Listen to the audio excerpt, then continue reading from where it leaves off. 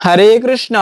আগামী 25 জানুয়ারি শনিবার পবিত্র ষটতিলা একাদশী ব্রতের দিন। বছরে 24টি একাদশী ব্রতের মধ্যে একটা শ্রেষ্ঠ ব্রত হচ্ছে এই ষটতিলা একাদশী ব্রত। খুবই শুভ একটি দিন। এই দিনে কিছু করেন কিংবা না করেন, মাত্র 2টি তুলসী পত্র এই স্থানে রেখে দিন। এতে অখণ্ড সৌভাগ্য প্রাপ্তি হবে, জীবনের অমঙ্গল দূরীভূত হবে। পাশাপাশি শাস্ত্রে এই ষটতিলা একাদশী ব্রতের বিশেষ মাহাত্ম্য কথা বর্ণনা করা হয়েছে। আজকের এই পর্বে আমরা সেই সকল প্রসঙ্গে জানার চেষ্টা করব। সকলকে স্বাগতম জানাচ্ছি আমাদের এই ধর্মীয় তথ্যমূলক চ্যানেলে। আমরা চেষ্টা করি এরকমই সনাতন ধর্মের ধর্মীয় তথ্যগুলোকে আপনাদের সাথে উপস্থাপন করতে, শেয়ার করতে। তাই আসুন আগামী কিছুক্ষণ সময় একসঙ্গে ধৈর্য ধরে আজকের এই ষটতিলা একাদশী প্রসঙ্গে বিশেষ গুরুত্বপূর্ণ তথ্যগুলো জেনে নেই। আশা করছি আজকের এই তথ্যগুলো আপনাকে অবশ্যই সমৃদ্ধ করবে। ভালো লেগে থাকলে অবশ্যই একটা লাইক করে কমেন্টে জয় শ্রীকৃষ্ণ ভগবানের নামটি একবার হলেও লিখে যাবার অনুরোধ জানাচ্ছি। দেখেন, বলা হয়েছে যে তুলসী পত্র ভগবান সনাতন ধর্মে সব থেকে শ্রেষ্ঠ বৃক্ষ হচ্ছে তুলসী বৃক্ষ।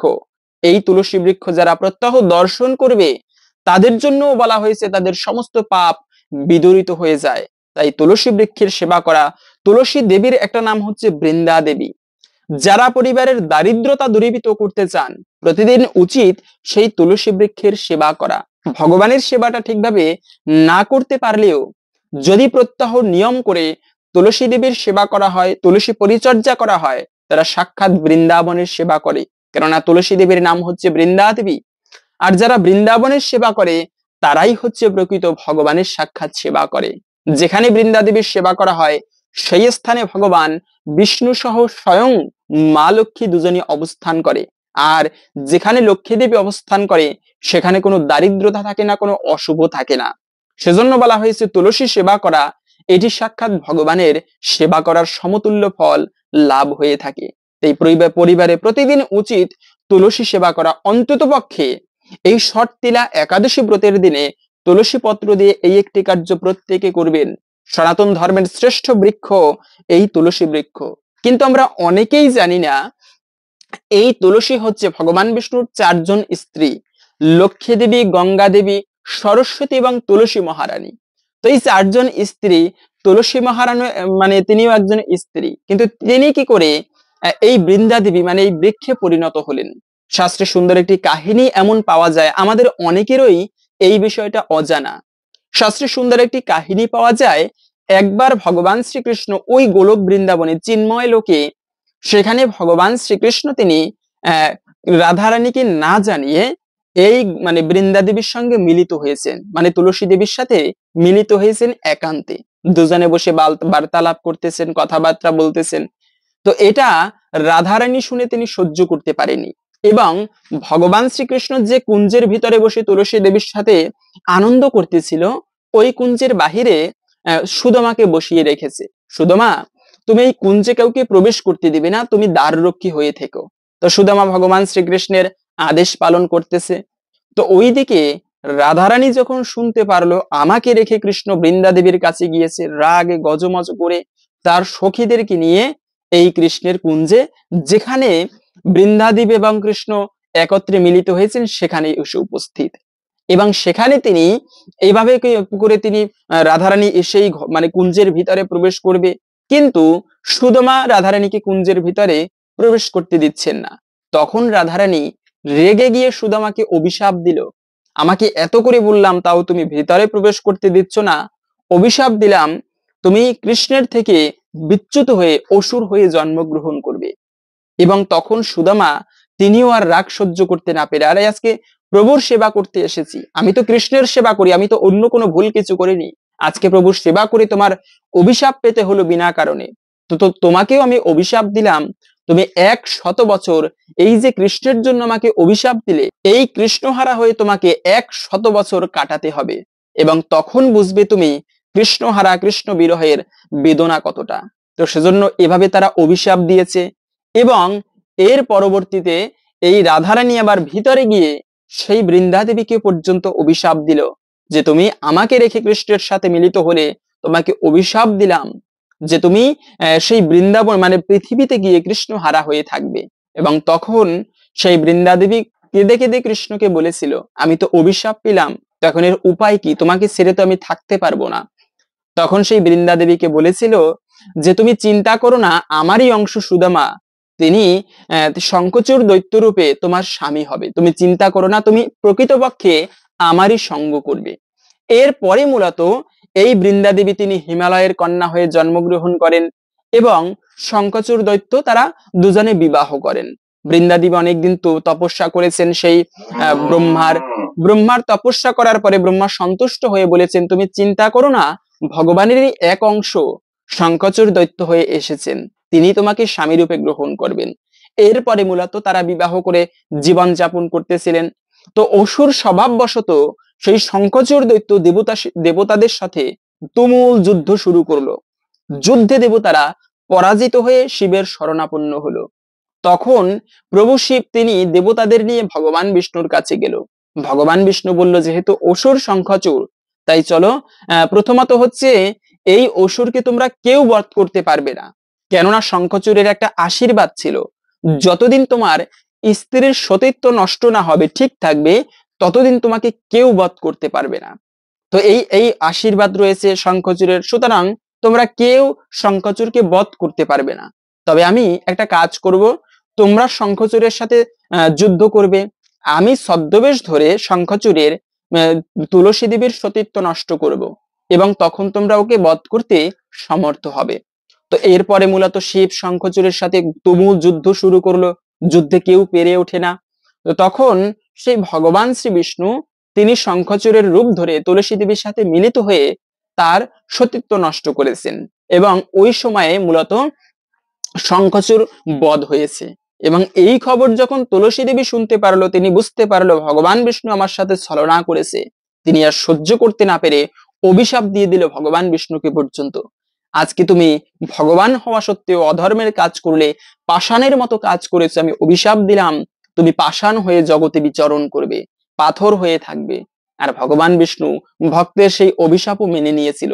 পরবর্তীতে তুলসী দেবী ভুল বুঝতে পেরেছে যে এইটা ঠিক হয়নি মূলত, তখন সেই তুলসী দেবীও তিনি সেই ভস্ম মানে নিজে অগ্নির মধ্যে নিজের প্রাণ বিসর্জন দিয়েছিল এবং বিসর্জন দেওয়ার আগে ভগবান বিষ্ণু তাকে আশীর্বাদ করেছিল, তুলসী তুমি চিন্তা করো না, আমি স্বয়ং পাষাণ হয়ে পাথর হয়ে জগতে বিরাজ করব, সেবা গ্রহণ করব এবং তোমার শরীর থেকে তুলসী বৃক্ষের তৈরি হবে, সেই বৃক্ষ জগতে পূজিত হবে এবং এই নারায়ণ শিলা হচ্ছে সেই ভগবান বিষ্ণুর সেই অভিশপ্ত পাথর, যার পুজো করার ফলে জীবনের জন্ম জন্মান্তরের সেই বন্ধন মুক্ত হয়ে যায়। এবং তুলসী দেবী ভাবে মূলত তিনি যখন ভস্মে অগ্নিতে নিজের প্রাণ বিসর্জন দেন, তার থেকে ভস্ম হয়ে চুল থেকে মূলত কেশ থেকে সৃষ্টি হয়েছিল এই তুলসী বৃক্ষের, সেভাবেই মূলত এই তুলসী বৃক্ষের সৃষ্টি হয় এবং জগতে সেই তুলসী দেবী বৃন্দা দেবী বৃক্ষরূপে আজও পর্যন্ত পূজিতা হয়ে আছেন। আর যেখানে সেই তুলসী দেবীর সেবা হয়, তুলসী বৃক্ষ যেখানে অবস্থান করে, সেখানে শুধুমাত্র ভগবান বিষ্ণু নয়, সমস্ত তীর্থগণ তুলসী তলায় বিরাজ করে। সমস্ত তীর্থ শুধু নয়, সমস্ত দেব দেবীগণ সেই তুলসী বৃক্ষের তলায় অবস্থান করে। এতটা গুরুত্বপূর্ণ বলা হয়েছে সনাতন ধর্মে এই তুলসী বৃক্ষকে। প্রতিদিন উচিত তাই এই তুলসী দেবীর সেবা করা, তুলসী পরিচর্যা করা, এর ফলে জীবনের সমস্ত অশুভ কেটে যায়। প্রতিদিন যদি সংসারে দারিদ্রতা থাকে, তবে বলবো একটা প্রদীপ প্রতিদিন তুলসী তলায় নিবেদন করবেন সন্ধ্যাকালে, এর ফলে ধীরে ধীরে সেই পরিবারের নেগেটিভ শক্তি দূরীভূত হবে এবং লক্ষ্মী দেবীর পর্যন্ত কৃপা লাভ হবে। অন্তত পক্ষে এই শুভ একাদশী ব্রতের দিনে তুলসী দেবীকে দিয়ে যে কার্যটি করবেন, তবে তার পূর্বে শাস্ত্রে একাদশী দিনটিকে অত্যন্ত শুভ বলা হয়েছে। মনে রাখবে, বৃহস্পতিবার মা লক্ষ্মীর দিন, অত্যন্ত শুভ দিন লক্ষ্মী দেবীর, শনিবার শনি দেবতার দিন, ঠিক তেমনি একাদশীর দিনটি হচ্ছে ভগবান শ্রী বিষ্ণুর অত্যন্ত প্রিয় দিন। এই কারণেই এই একাদশীর দিনটিকে হরিবাসর বলা হয়। এই দিনে যদি কোনো ভক্ত স্নান করে শুদ্ধ মানে ভগবান শ্রী বিষ্ণুর পুজো দিতে পারে, এর ফলে তার জীবনের জন্ম জন্মান্তরের পাপরাশি বিধৌত হয়ে যায়। সেজন্যই একাদশী ব্রতকে এতটা শ্রেষ্ঠ এবং গুরুত্বপূর্ণ বলা হয়েছে সনাতন ধর্মে। প্রত্যেকের এই যেমন দুর্গা দেবীর ব্রত রয়েছে, কালিকা ব্রত রয়েছে, শিবের ব্রত রয়েছে, তো এরকম করে যত প্রকার ব্রত রয়েছে সব থেকে শ্রেষ্ঠ ব্রত হচ্ছে একাদশী ব্রত, এর উপরে কোনো ব্রত নেই। তাই এই ব্রত যারা করবে তাদের জন্য অত্যন্ত শুভ বলা হয়েছে, তারা ভগবানের কৃপা লাভ করতে পারবে। বিশেষ করে বছরে 24টি একাদশী ব্রতের মধ্যে কেন এই শর্তিলা একাদশী ব্রতকে এতটা শ্রেষ্ঠ বলা হয়েছে, এই ব্রত পালন করলে কি ফল লাভ হয়ে থাকে? প্রথমত হচ্ছে অনেক ভয়ানক পাপও রয়েছে, যেমন ব্রহ্ম হত্যা, গো হত্যা, ভ্রূণ হত্যা করা, পেটের বাচ্চাকে যারা হত্যা করে ছোট্টকালে, এদের জন্য বলা হয়েছে এরা জীবনে কখনো জাগতে পারে না। এদের হাতের খাবার, এদের ঘরে যারা যত বড় সাধু হোক, যারা ভ্রূণ হত্যা করে এদের ঘরে যারা খাবার গ্রহণ করবে তাদেরও সেই পাপের ভাগী হতে হয়। সেজন্য সংসারে কেন উজাচ্ছে না, কেন জাগতে পারে না? একটা অশুভ শক্তি লেগেই রয়েছে সংসারে। কেন? কেননা এগুলো আমাদের কর্মের ফল। আমরা ভ্রূণ হত্যা করি, ভয়ানক পাপকর্ম করি, যে কারণে সেই ভ্রূণ হত্যার ফলে সেই আত্মা কষ্ট পায় এবং সেই আত্মার কষ্টের ফল জীবনে আমাদের অশুভ হয়ে থাকে। তাই কখনো ভ্রূণ হত্যা করা উচিত নয়। এরকম ভয়ানক যারা পাপকর্ম করে তাদের সেই পাপ পর্যন্ত খণ্ডিত হয়ে যায়। সাধু হত্যা করা সব থেকে ভয়ানক পাপের, এগুলো কখনো করা উচিত নয়।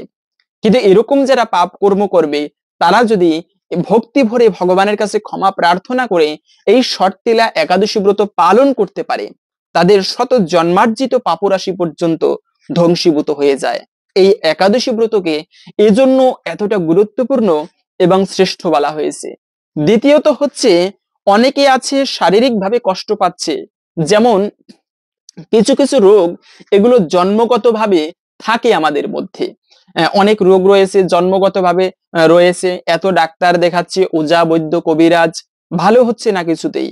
এগুলো মূলত আমাদের পূর্বজন্মের কর্মফলে হয়ে থাকে, জন্মগত কিছু বিষয় যেগুলো কখনো ভালো হয় না। জন্ম বিষয়টা সহজে কিন্তু ভালো হয় না। তো এটা কেন হয়? কেননা ওই পূর্বজন্মের আমাদের পাপের ফলে হয়ে থাকে। এই যে বিষধর্মী রাজার কাহিনী আমরা বলেছিলাম, বিষধর্মী রাজা তিনি একটা পাপ কর্ম করেছেন কি, একজন সাধুকে তার রাজ বাগানের মধ্য থেকে দূরে রেখে এসেছিল। এই সাধুকে যে দূরে রেখে এসেছে, এই পাপকর্মের ফলে সেই বিষধর্মী রাজার কুষ্ঠ ব্যাধি হয়েছিল এবং যে কারণে কিন্তু তার সেই ব্যাধি কখনো ভালো হতো না। ওই সাধুর চরণ ধৌত জল যখন তিনি পান করলেন, মস্তকে ধারণ করেছিলেন, অঙ্গে স্পর্শ করেছিলেন, সাথে সাথে সেই বিষধর্মী রাজার কুষ্ঠ ব্যাধি ভালো হয়েছিল। তো এরকম মূলত অনেক কর্ম হয়, সেজন্য জীবনে খুব ভেবেচিন্তে কার্য করা উচিত। এমন কোনো কর্ম করা উচিত নয় যার মাধ্যমে অপর কোনো ব্যক্তি কষ্ট পায়, ভুলেও কখনো এরকমটা করা উচিত নয়। বিশেষ করে অন্যান্য দিনে না হলেও প্রথমত বলে দিচ্ছি, একাদশীর দিনে যে কার্যগুলি ভুলেও করবে না, তার মধ্যে প্রথমত হচ্ছে কোনো ব্যক্তি যেন তোমার মাধ্যমে কষ্ট না পায়। এর ফলে জীবনে কিন্তু কখনো ভালো হয় না, অমঙ্গল আসবেই। তাই এই কার্যটা কখনো ভুলেও করবে না, যেন তোমার মাধ্যমে অপর কোনো ব্যক্তি কষ্ট না পায়। এর ফলে কিন্তু জীবনে অশুভ আসবেই। তো এরকম করে যাদের শারীরিক কষ্ট রয়েছে, পুরানো কোনো রোগ ব্যাধি রয়েছে, শাস্ত্রে বলা আছে ঋণ, রোগ এবং অগ্নি তিনটাই ভয়ানক বিষয়। এদেরকে যত রেখে দিবে তত বৃদ্ধি পাবে। তাই এদেরকে সহজে সমূলে নির্মূল করা উচিত, না হলে কিন্তু আরো বেশি বৃদ্ধি পায়। এবং এই যারা এরকম শারীরিক কষ্ট পায়, অনেক পুরানো রোগ রয়েছে, সেই রোগ পর্যন্ত দূরীভূত হয় এই শর্তিলা একাদশী ব্রত পালনের ফলে।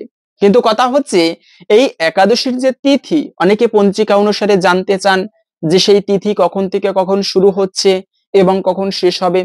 তো একাদশী তিথি শুরু হচ্ছে মূলত আগামী 24শে জানুয়ারি সন্ধ্যা, শুক্রবার সন্ধ্যা 5টা 17 মিনিট থেকে, এবং থাকবে মূলত 25শে জানুয়ারি রাত 6টা 35 মিনিট পর্যন্ত। এই সময়টুকুর মধ্যে এই পবিত্র শর্তিলা একাদশী ব্রতের তিথি থাকবে। সেজন্য উদয়া তিথি মেনে আমাদের এই ব্রত পালন করতে হবে আগামী 25শে জানুয়ারি শনিবার। তো এই একাদশী ব্রত আমরা যতই ভালোভাবে পালন করি না কেন, যেমন সর্বোত্তম হচ্ছে যদি কেউ নির্জলা ব্রত করতে পারে, এক ফোঁটা জল পর্যন্ত পান করবে না, নির্জলা ব্রত করবে, জল পান, এটি সর্বোত্তম। কিন্তু যারা নির্জলা ব্রত করতে না পারবেন তারা আপনারা ফলমূল খেতে পারবেন। মনে রাখবে একাদশী ব্রতের দিনে যে কোনো প্রকার ফল খাওয়া যাবে।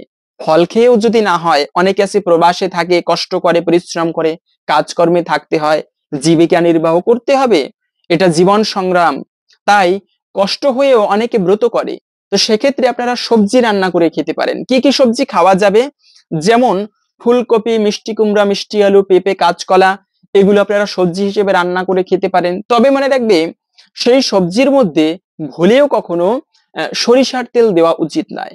একাদশীর দিনে যে খাবারগুলো ভুলেও খেতে নেই, প্রথমত হচ্ছে ভুলেও কখনো পঞ্চরবি শস্য গ্রহণ করবে না।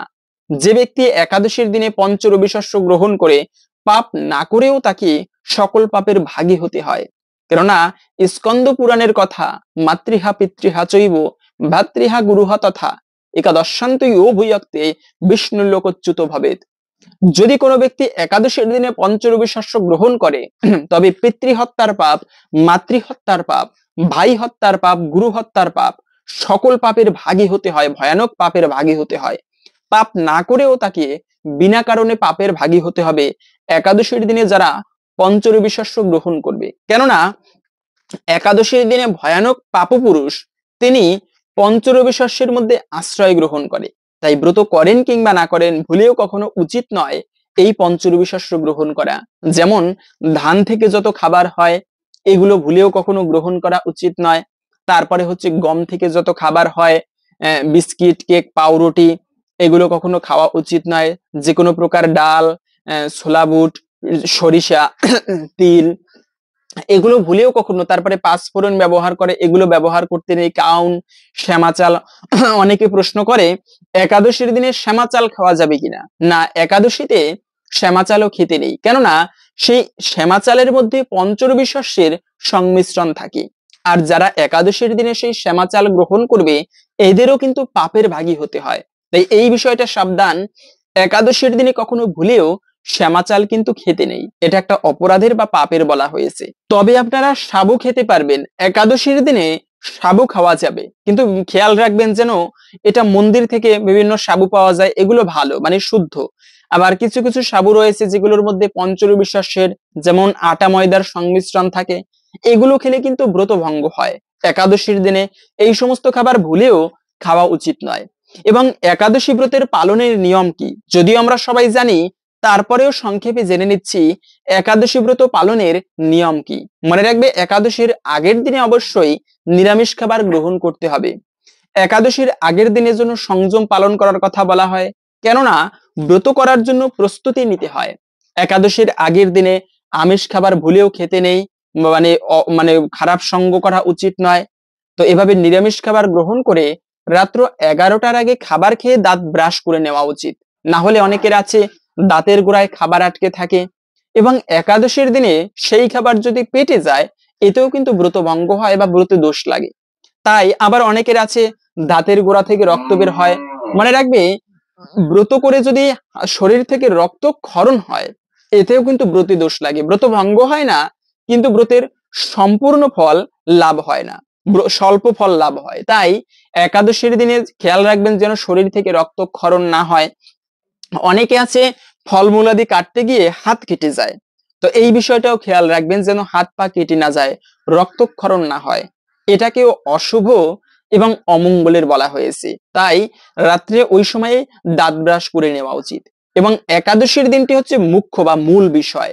মনে রাখবে, এমনিতেও বেশি বেলা করে কখনো ঘুমানো উচিত নয়। যে ব্যক্তি অতিরিক্ত ঘুমায় তার ভাগ্যও ঘুমিয়ে থাকে। তাই অন্ততপক্ষে একাদশীর দিনে, এই দিনে উপবাস কেন বলে? উপমানের নিকটে বাস মানে বাস করা, মানে হচ্ছে একাদশীর দিনটি হরির সন্নিকটে বাস করা, ভক্ত সান্নিধ্যে কাটানো। এই দিনটি উপবাস করে ব্রত করে ভগবানের পুজো করা উচিত। এখন আমি ব্রত করেছি, ভক্ত সঙ্গে কাটাই না, আজে বাজে কথা বলে বেড়াই, যে যা ইচ্ছা তাই করি, এটাকে প্রকৃত ব্রত বলে না। প্রকৃত ব্রত হচ্ছে সারাদিনটি ভক্ত সঙ্গে কাটানো, ভগবানের নাম জপ করে কাটানো। একাদশী এতটা গুরুত্বপূর্ণ, শাস্ত্রে একবার বলা হয়েছে নর্মদা নদীর তীরে গালব মুনি নামে একজন মহা মুনি বাস করত। তো তার একটা পুত্র ছিল, নাম ছিল ভদ্রশীল। এই ভদ্রশীল এতটা বিষ্ণু ভক্ত, ছোট্টবেলা থেকে তিনি একাদশীর ব্রত পালন করত, ভগবানের পুজো করত এবং নিজে করত, আবার অপরকে শিক্ষা দিত, বলতো তোমরা সবাই একাদশী ব্রত করবে। হাজার হাজার বছর তপস্যা করলে যে ফল প্রাপ্ত করা যায় সেই সমান ফল কেবলমাত্র একটা একাদশী ব্রত পালন করার ফলে লাভ হয়ে থাকে। তো এরকম করে বলতো। স্বয়ং যমরাজও তার যমদূতদেরকে বলেছেন, শুনে রাখো যমদূতগণ, যারা একাদশী ব্রত পালন করবে তোমরা তাকে দূর থেকে প্রণাম করে চলে আসবে, তাদেরকে কখনো জমালয়ে নিয়ে আসবে না, তাদেরকে স্বয়ং পুরস্কৃত করবে ভগবান শ্রী বিষ্ণু। তাই এই ভদ্রশীল গালব মুনির পুত্র নিজে ছোট্ট থাকে, মানে ছোট কাল থেকেই বিষ্ণু ভক্তি পরায়ণ ছিল, একাদশী ব্রত পালন করত। তো একবার তার পিতা গালব মুনি প্রশ্ন করলো একদিন পুত্রকে ডেকে, যে পুত্র, আমি তো তোমাকে কোনোদিন একাদশী পালন করার কথা বলিনি, তুমি কিভাবে এই একাদশী ব্রত পালন করা শিখলে, কে শিখিয়েছে তোমাকে এই ব্রত, এবং কেনই বা তুমি ছোটবেলা থেকে বিষ্ণু ভক্তি করো, বিষ্ণুর পুজো করো? আমি তো হচ্ছে ভগবান বিষ্ণুর ধ্যান করি, তুমি কেন তার পুজো করো? তখন পিতাকে বলল, বাবা, আমি হচ্ছে পূর্বজন্মের কথা আমার স্মরণে আছে, আমি হচ্ছে জাতিস্বর, পূর্বজন্মের কথা যিনি স্মরণ করতে পারে তিনি হচ্ছেন জাতিস্বর। তো আমি পূর্বজন্মে ধর্মধ্বজ নামে একজন ধর্মধারী রাজা ছিলাম, ধর্ম অনুযায়ী জীবন যাপন করতাম, কখনো প্রজাদেরকে বিন্দু পরিমাণ কষ্ট দেয়নি, সন্তানের মতো প্রজাদেরকে পালন করতাম। একবার কি হলো, কুসঙ্গ প্রভাবে মন্ত্রীদের কুমন্ত্রণায় অন্যায়ভাবে বিভিন্ন রাজ্য দখল করতে লাগলাম, অন্যায়ভাবে রাজকোষ বৃদ্ধি করতে লাগলাম, রাজ্যে অরাজকতা বেড়ে গেল, হাহাকার পড়ে গেল রাজ্যে। এভাবে করে একদিন আমি সৈন্যদেরকে নিয়ে মৃগয়া করতে গেলাম, বনের মধ্যে সারাদিনে কিছু আহার করিনি, বনের মধ্যে সৈন্যদেরকে হারিয়ে একাকী ঘুরে বেড়াতে লাগলাম।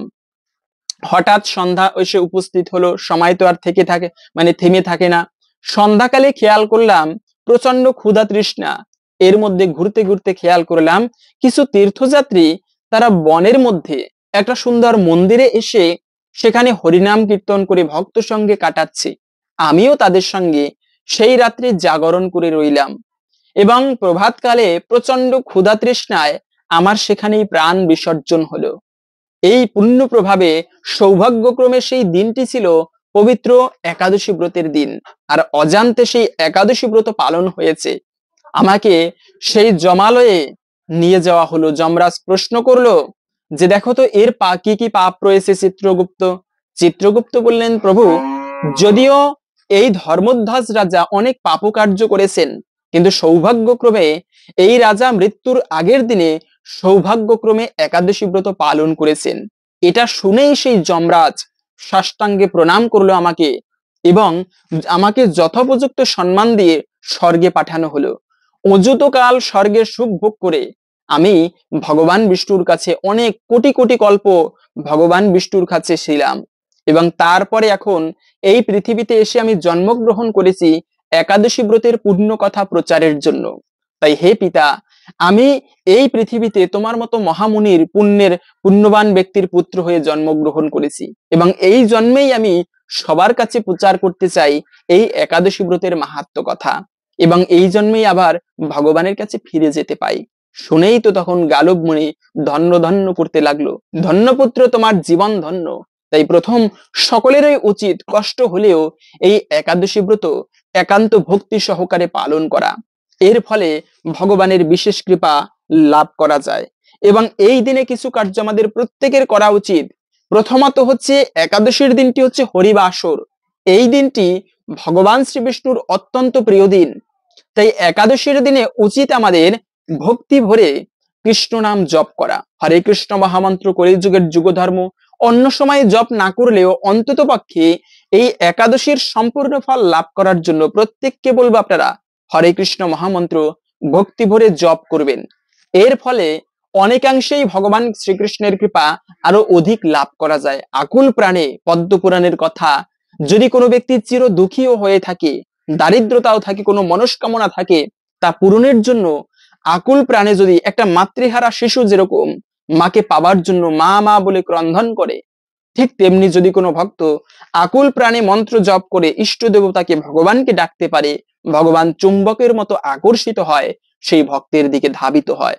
তাই বলা হয়েছে এই অন্ততপক্ষে একাদশীর দিনটি মনে রাখবে। একাদশী আরো কেন শ্রেষ্ঠ, কেননা অন্য সময় ধর্ম কাজ করলে যে পুণ্য লাভ করা যায়, একাদশীর দিনে ধর্ম কাজ করলে, ইষ্টদেবের স্মরণ করলে তার থেকে সহস্র গুণ বেশি পুণ্য ফল প্রাপ্ত করা যায়। সেজন্য একাদশী ব্রতকে এতটা শ্রেষ্ঠ এবং গুরুত্বপূর্ণ বলা হয়েছে। তাই এই একাদশীর দিনে আপনারা অবশ্যই কৃষ্ণ মন্ত্র জপ করবেন এবং যে কোনো প্রকার শুভ কর্ম একাদশীর দিনে করাকে অত্যন্ত শুভ বলা হয়েছে। প্রভাতকালে স্নান করে ঠাকুর পুজো দেওয়া উচিত এই দিনটিতে, কেননা মুখ্যই একাদশীর দিনে হরি পুজো করা, ভগবানের পুজো দেওয়া উচিত এবং তীর্থযাত্রা করা উচিত। সম্ভব হলে এই যে কুম্ভ মেলা চলতেছে, সকলেরই উচিত সম্ভব হলে তীর্থে গিয়ে অন্ততপক্ষে কুম্ভ মেলায়, যারা আমরা বাংলাদেশি রয়েছে তারা তো আর দর্শন করতে পারবে না, তারপরেও যারা পারবেন অবশ্যই এই একাদশীর দিনে ব্রত করে ভক্তদেরকে দর্শন করবেন। আরে ভগবান নিজে বলেছেন, মোর ভক্ত নাহি পূজে, মোরে পূজে মাত্র, দাম্ভিক সে নহে মোর প্রসাদেরও পাত্র। আমার ভক্তের পুজো করবে না, কিন্তু কেবলমাত্র আমার পুজো করবে অহংকারের বশবর্তী হয়ে, সেও দাম্ভিক, তাকেও আমি সহজে কৃপা করব না। ভগবানের ভক্তের কৃপা করলে, ভক্তদের কৃপা হলে অল্পতেই কিন্তু ভগবানের কৃপা লাভ করা সম্ভব। তাই এই দিনে আপনারা তীর্থযাত্রা করা, তারপরে ইষ্টদেবের পুজো করা, যে কোনো প্রকার শুভ কার্য করা এই শর্তিলা একাদশী ব্রতের দিনে এটি অত্যন্ত শুভ এবং মঙ্গলময় বলা হয়েছে। পাশাপাশি হচ্ছে পারণ একটা গুরুত্বপূর্ণ বিষয়। পারণের সময় আমরা অনেকে সঠিক সময়ের মধ্যে পারণ করা উচিত। মনে রাখবে, একাদশী ব্রত করে যদি সঠিক সময়ের মধ্যে পারণ না করা হয় তবে কিন্তু একাদশী ব্রতের সম্পূর্ণ ফল লাভ করা যায় না। তাই ভগবানের কৃপা লাভের জন্য, একাদশী ব্রতের সম্পূর্ণ ফল প্রাপ্ত করার জন্য ব্রত করার পরে পরের দিনে সঠিক সময়ের মধ্যে পারণ করা উচিত। এখন অনেকে প্রশ্ন করেন যে পারণটা মূলত কি? পারণ হচ্ছে মূলত যখন ব্রত ভঙ্গ করা হয় ওই বিষয়টাকেই পারণ বলা হয়, ব্রত ভঙ্গ। তো ব্রত ভঙ্গ করার জন্য একটা পারণের একটা নির্দিষ্ট সময় থাকে যে কোনো একাদশীর ক্ষেত্রে। এই শর্তিলা একাদশী ব্রতের পারণ করতে হবে 26শে জানুয়ারি রবিবার সকাল 6টা 41 থেকে 10টা 21 মধ্যে। এই সময়ের মধ্যে ভগবানের পঞ্চরবি শস্য প্রসাদ দিয়ে পারণ করে নিতে হবে। এবং বলা হয়েছে যে এই একাদশী ব্রতের দিনে ভুলেও কখনো যে কার্যগুলো করা উচিত নয়, তার মধ্যে বলা হয়েছে ভুলেও কখনো দিবানিদ্রা দেওয়া উচিত নয়, মানে দিনের বেলা ঘুমানো উচিত নয়। আমি তাহলে ব্রত করার সার্থকতা কোথায়? ব্রত করার মূল উদ্দেশ্য হচ্ছে ভক্ত সঙ্গে কাটানো, ঠাকুর পুজো দেওয়া। অনেকের কাজে থাকতে হয়, সেটা ভিন্ন বিষয়, কিন্তু উচিত পুজো করে, ঠাকুর পুজো করে ভক্ত সঙ্গে শাস্ত্র আদি পাঠ করা, মন্ত্র জপ করা এবং দিবানিদ্রা মানে দিনের বেলা ভুলেও ঘুমানো উচিত নয় যারা ব্রত করবে অন্তত পক্ষে। তাহলে কিন্তু ব্রতের সম্পূর্ণ ফল লাভ হয় না। এবং একাদশী ব্রতের দিনে ঘুমানোর পরে যদি কেউ স্বপ্নে দেখে আমি পঞ্চরবি শস্য খাচ্ছি, স্বপ্নের মধ্যেও যদি দেখে, তাতেও কিন্তু তার ব্রত ভঙ্গ হয়। তাই এই বিষয়টা সাবধান, এর জন্য মূলত একাদশীর দিনে ঘুমানো উচিত নয়। এখন অনেকে প্রশ্ন করতে পারেন যে তাহলে যারা অসুস্থ রয়েছে তাদের ক্ষেত্রে কি হবে? যারা অসুস্থ রয়েছে তাদের ক্ষেত্রে ভিন্ন কথা, কেননা অসুস্থ হলে তাদের প্রথমত হচ্ছে শরীর রক্ষা করে তারপরে ধর্ম। সেক্ষেত্রে তাদের ব্রত করে ঘুমালেও একটুকু পরিশ্রান্ত লাগলেও ঘুমাতে পারবে, কেননা অসুস্থ হলে তাদের ক্ষেত্রে একান্তই ভিন্ন বিষয়। এবং অনেকে আছে অসুস্থ হলেও ব্রত করে, সেক্ষেত্রে প্রশ্ন করে থাকে যে আমি তো ব্রত করেছি, আমি এই একাদশীর দিনে ঔষধ খেতে পারবো কিনা বা ঔষধ সেবন করতে পারবো কিনা? অবশ্যই পারবেন, কেননা শরীরে যদি না থাকে তাহলে ধর্ম করব কিভাবে? তাই একাদশীর দিনে মনে রাখবে, পদ্মপুরাণের কথা ভক্তি বিলাসেও বলা হয়েছে একাদশীর দিনে ঔষধ, ব্রাহ্মণ, গুরুবাক্য এগুলো গ্রহণ করা যাবে এবং এগুলো গ্রহণ করা উচিত। অনেকে প্রশ্ন করেন যে অশৌচ অবস্থায় ব্রত করা যাবে কিনা। যেমন অনেকে কিছু কিছু ব্যক্তি রয়েছে এরকম নিজেরা একাদশী ব্রত পালন করবে না, কিন্তু যারা একাদশী ব্রত পালন করে তাদের নিরুৎসাহিত করে, আরে একাদশী ব্রত পালন করো, ধর্ম করো। আমাদের সমাজে একটা প্রচলিত রীতি এরকম, যারা একাদশী মানে ভগবানের ভক্তি অনুশীলন করে, তুলসীর মালা তিলক ধারণ করে, তাদের জীবন বোধহয় শেষ, তাদের আর কোনো উপায় নেই, এজন্য তারা ভগবানের নাম করে। এটা মূর্খ যারা তারা মনে করে। মনে রাখবে, ভগবানের সেবা করা কোটি জন্মের থাকিলে ভাগ্য, বিষয় ছাড়িয়া হয় বৈরাগ্য। ভগবান শ্রীকৃষ্ণ নিজে বলেছেন গীতার 7ম অধ্যায়ের 19 নম্বর শ্লোকে, বহুনাম জন্মনামন্তে জ্ঞানবান মাম প্রপদ্যতে। বহু বহু জন্মের পরে কোনো জ্ঞানীবান ব্যক্তি, কোনো জ্ঞানী ব্যক্তি উপলব্ধি করতে পারেন কৃষ্ণই সর্বকারণের মূল কারণ, এবং এরপরে এটা জেনে তিনি যে আমার চরণে সমর্পিত হন, এটা এরকম মহাত্মা অত্যন্ত দুর্লভ, সাধারণ কোনো বিষয় নয়। তাই যারা একাদশী ব্রত করে, ভগবানের ভক্তি অনুশীলন করে, তাদেরকে উৎসাহ দেওয়া উচিত। আমরা ভিডিওর মূল প্রসঙ্গ জেনে নিচ্ছি। এই দিনে তুলসী পত্র দিয়ে যে কার্যটি করবেন অখণ্ড সৌভাগ্য প্রাপ্তির জন্য, তবে তার পূর্বে অশৌচ অবস্থায় ব্রত করা যাবে কিনা? অবশ্যই যাবে। পরিবারে যদি বা বাড়িতে যদি জননা শৌচ, মৃত শৌচ পড়ে, তখন আরো বেশি বেশি ব্রত করবেন, ভগবানের নাম জপ করবেন। আমরা এমনিতেই ভগবানের পুজো করি না, কিন্তু যখন শুনি বাড়িতে কেউ মারা গিয়েছে তখন আরো বেশি বাদ দিয়ে দেই। মনে রাখবে, যে স্থানে ঠাকুর পুজো করা হয় না, ভগবানের দিব্য মন্ত্র যে স্থানে উচ্চারণ করা হয় না, ওখানে অশুভ বিষয়ের, অশুভ শক্তির বাস হয়। তাই এটা কখনো ভালো নয়। উচিত আমাদের ধর্ম করা, একাদশী ব্রত পালন করা। এর ফলে জীবনের সমস্ত অশুভ এবং অমঙ্গল কেটে যায় বা দূরীভূত হয়। তাই বলা হয়েছে যে এই অসুস্থ অবস্থাতেও ব্রত করা যাবে। ব্রত না করলে পাপের ভাগী হতে হয়। তাই সুতরাং ব্রত অবশ্যই করা উচিত। এবং অনেকে বলে থাকে যে সধবা মায়েরা ব্রত করা উচিত নয়। আরে তুমি না সধবা নারী, তুমি কেন ব্রত করো? এতে তো তোমার পাপ হবে। সধবা মায়েরা যদি ব্রত করতে না পারে, তাহলে তো স্বয়ং মা পার্বতী ব্রত করে, প্রভু শিবের স্ত্রী পার্বতী দেবী ব্রত করে, তিনি কি সধবা নয়? আবার দ্রৌপদী ব্রত করত, তিনি কি সধবা ছিলেন না? বরঞ্চ সকলের ব্রত করা উচিত। কি সধবা, কি বিধবা, কি পুরুষ কিংবা নারী, সকলেরই ভক্তি ভরে একাদশী ব্রত পালন করা উচিত। এখন আমরা জেনে নিচ্ছি ভিডিওর মূল প্রসঙ্গ। এই দিনে তুলসী পত্র দিয়ে যে কার্যটি করা উচিত, তবে তার পূর্বে শাস্ত্রে এই ষটতিলা একাদশী ব্রতের বিশেষ মাহাত্ম্য কথা বর্ণনা করা হয়েছে।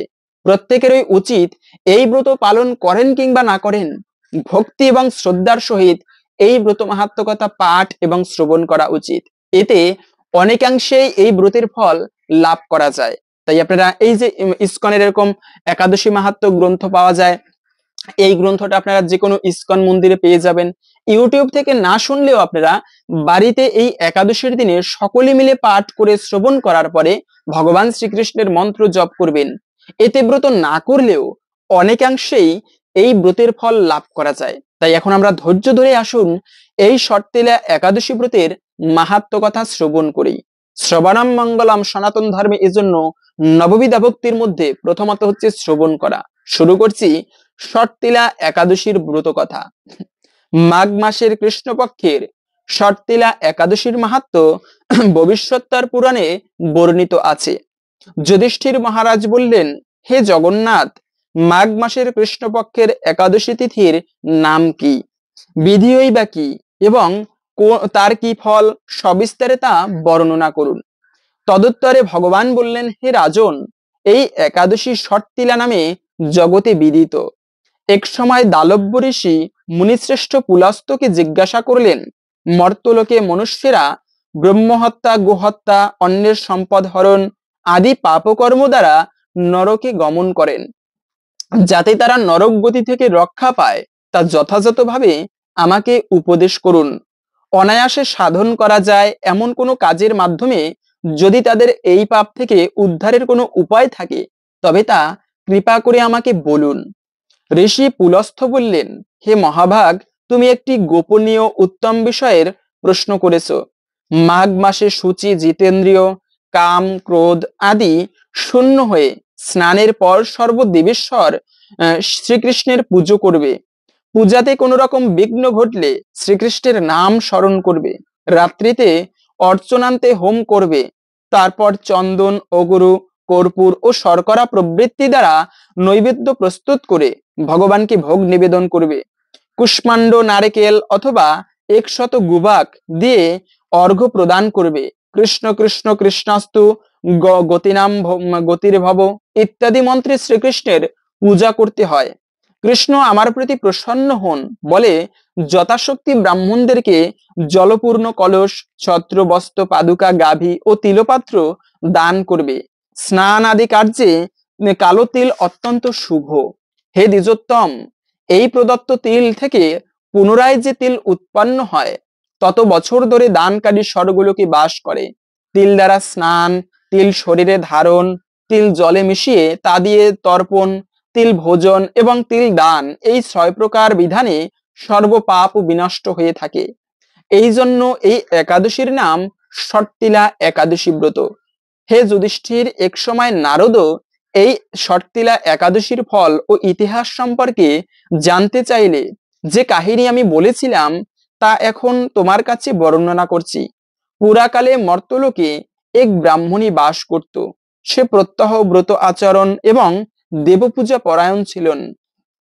উপবাসক্রমে তার শরীর অত্যন্ত ক্ষীণ হয়ে গিয়েছিল। সেই মহাসতী ব্রাহ্মণী অন্যের কাছ থেকে দ্রব্যাদি গ্রহণ করে দেবতা, ব্রাহ্মণ, কুমারীদের ভক্তি ভরে দান করত। এইভাবে বহু বছর অতিক্রান্ত হলো। আমি চিন্তা করলাম, কষ্টসাধ্য বিভিন্ন ব্রত করার ফলে এই ব্রাহ্মণীর শরীরটি শুকিয়ে যাচ্ছে। যে যথাযথভাবে বৈষ্ণবদেরও অর্চনও করেছে, কিন্তু তাদের পরিতৃপ্তির জন্য কখনো অন্নদান করেননি। তাই আমি একদিন কাপালিক রূপ ধারণ করে তামার পাত্র হাতে নিয়ে তার কাছে গিয়ে ভিক্ষা প্রার্থনা করলাম। ব্রাহ্মণী বলল, হে ব্রাহ্মণ, তুমি কোথা থেকে এসেছো, কোথায় যাবে তা আমাকে বলো। আমি বললাম, হে সুন্দরী, আমাকে কিছু ভিক্ষা দাও। তখন সে ক্রুদ্ধ হয়ে আমার পাত্রে একটি মাটির ঢেলা নিক্ষেপ করলো। তারপরে আমি সেখান থেকে চলে গেলাম। বহুকাল পরে সেই ব্রাহ্মণীর ব্রত প্রভাবে সশরীরে স্বর্গে গমন করলো। মাটির ঢেলা দানের ফলে একটি মনোরম গৃহ সে প্রাপ্ত হলো। কিন্তু হে নারদ, সেখানে কোনো ধান ও চাল কিছুই ছিল না। গৃহশূন্য দেখে মহাক্রোধে সে আমার কাছে এসে বলল, আমি ব্রত, কৃষ্ট সাধন ও উপবাসের মাধ্যমে নারায়ণের আরাধনা করেছি। তা এখন হে জনার্দন, আমার গৃহে কিছুই দেখছি না কেন? হে নারদ, তখন আমি তাকে বললাম, তুমি নিজ গৃহে দরজা বন্ধ করে বসে থাকো। মর্তলোকের মানবী সশরীরে স্বর্গে এসেছে শুনে দেবতাদের পত্নীরা তোমাকে দেখতে আসবে, কিন্তু তুমি দরজা খুলবে না। তুমি তাদের কাছে ষট্টিলা ব্রতের পুণ্যফল প্রার্থনা করবে। যদি তারা সেই ফল প্রদানে রাজি হয়, তবেই দরজা খুলবে। এরপরে দেবপত্নীরা সেখানে এসে তার দর্শন প্রার্থনা করলো। ষট্টিলা ব্রতের ফল পেলেই কেবল তবেই সেই মানবী দর্শন দেবেন জেনে তাদের মধ্যে এক দেবপত্নী তার ষট্টিলা ব্রতজনিত পুণ্যফল তাকে প্রদান করলো। তখন সেই ব্রাহ্মণী দিব্য কান্তি বিশিষ্টা হলো এবং তার গৃহ ধনধান্যে পূর্ণ হলো। তখন দ্বার উদ্ঘাটন করলে দেবপত্নীরা তাকে দর্শন করে বিস্মিত হলেন। হে নারদ, অতিরিক্ত বিষয় বাসনা করা উচিত নয়, বৃত্তষট্ঠ অকর্তব্য। নিজের সাধ্য মতো তেল, বস্ত্র ও অন্ন দান করবে। ষট্টিলা ব্রতের প্রভাবে দারিদ্রতা, শারীরিক কষ্ট, দুর্ভাগ্য প্রবৃত্তি বিনষ্ট হয়ে থাকে। এই বিধি অনুসারে তিল দান করলে মানুষ অনায়াসে সমস্ত পাপ হইতে মুক্ত হয়ে থাকে। এই ছিল মূলত ষট্টিলা একাদশীর ব্রত মাহাত্ম্য। আশা করি বুঝতে পেরেছেন এই ব্রত পালন করলে আমরা কি ফল লাভ করতে পারি। সেজন্য সকলকে বলবো, আপনি নিজে ভক্তি ভরে এই ব্রত পালন করবেন এবং সকলের মাঝে ছড়িয়ে দিবেন, যেন আমরা সবাই এই একাদশী ব্রত প্রসঙ্গে জেনে উৎসাহ হই পালন করতে। এবং এই একাদশী ব্রতের দিনে তুলসী পত্র দিয়ে কি করবেন মনে রাখবে, ভগবান নিজে বলেছেন বিষ্ণু ধর্মোত্তর গ্রন্থের কথা, তুলসী দল মাত্রেন জলস্য চুলকেন বা বিক্রীডিত সমাত্মানাম বক্তব্য ভক্তবৎসলা। আর এই তুলসী পত্র যদি এক কোষ জল সহিত ভগবানের চরণে অর্পণ করা হয়, ভগবান এতটা প্রসন্ন হয় যে সেই দানের প্রতিদান স্বরূপ ভক্তকে কি দিবে সেটা ভাবতে না পেরে নিজেকেই সেই ভক্তের চরণে বিক্রি করে দেয়। বিক্রিণীতে সমাত্মানাম, ভগবান কতটা প্রসন্ন হয়। মণিমুক্ত আদি দান করলে যতটা না প্রসন্ন হয় ভগবান, একটা তুলসী পত্র চন্দন মিশ্রিত করে ভগবানের চরণে অর্পণ করলে তার থেকে বেশি প্রসন্ন হয়। অন্ততপক্ষে এই একাদশী ব্রতের দিন, ষট্টিলা একাদশী ব্রতের দিন, এই দিনটি অত্যন্ত শুভ। তাই আরো ভগবানের সব থেকে প্রিয় ভগবান যমদূতগণ বলেছেন, তুলসী বৃক্ষ এতটা প্রিয় ভগবানের, যমদূতগণ নিজে বলেছেন যমরাজ যমদূতদেরকে যে যেখানে তুলসী কাষ্ঠ মালা যার কণ্ঠে ধারণ করা থাকবে তাদেরকে কখনো যমলোকে আনবে না তোমরা, তারা বৈকুণ্ঠে চলে যাবে, তারা পুণ্যবান ব্যক্তি। তাই এই তুলসী পত্র বলবো আপনারা একাদশীর দিনে সম্ভব হলে 108টা তুলসী পত্র ভগবানের চরণে অর্পণ করবেন। তা না হলেও অন্ততপক্ষে 2টি তুলসী পত্র চন্দন মিশ্রিত করে এ তৎ সচন্দন তুলসী পত্র ওম শ্রী বিষ্ণুবে নিবেদয়ামি, এই মন্ত্র বলে ভগবান বিষ্ণুর চরণে অথবা ভগবান শ্রীকৃষ্ণের চরণে ভক্তি ভরে অর্পণ করে একটা প্রণাম করবেন, এই ব্রত মাহাত্ম্য শ্রবণ করবেন। এতে অনেকাংশেই এই ব্রতের ফল লাভ করা যায়, জীবনের মনস্কামনা পর্যন্ত পূর্ণ হয়। হরে কৃষ্ণ। আশা করছি আজকের এই গুরুত্বপূর্ণ তথ্যগুলো জেনে আপনি একটুকু হলেও সমৃদ্ধ হয়েছেন। ভালো লেগে থাকলে অবশ্যই একটা লাইক করে কমেন্টে জয় ভগবান শ্রীকৃষ্ণের জয় একবার হলেও লিখে যাবার অনুরোধ জানাচ্ছি। ভগবানের কৃপায় সকলের জীবনে মঙ্গল হোক এই কামনা করে আজকের ভিডিওটি এখানে সমাপ্ত করছি। হরে কৃষ্ণ।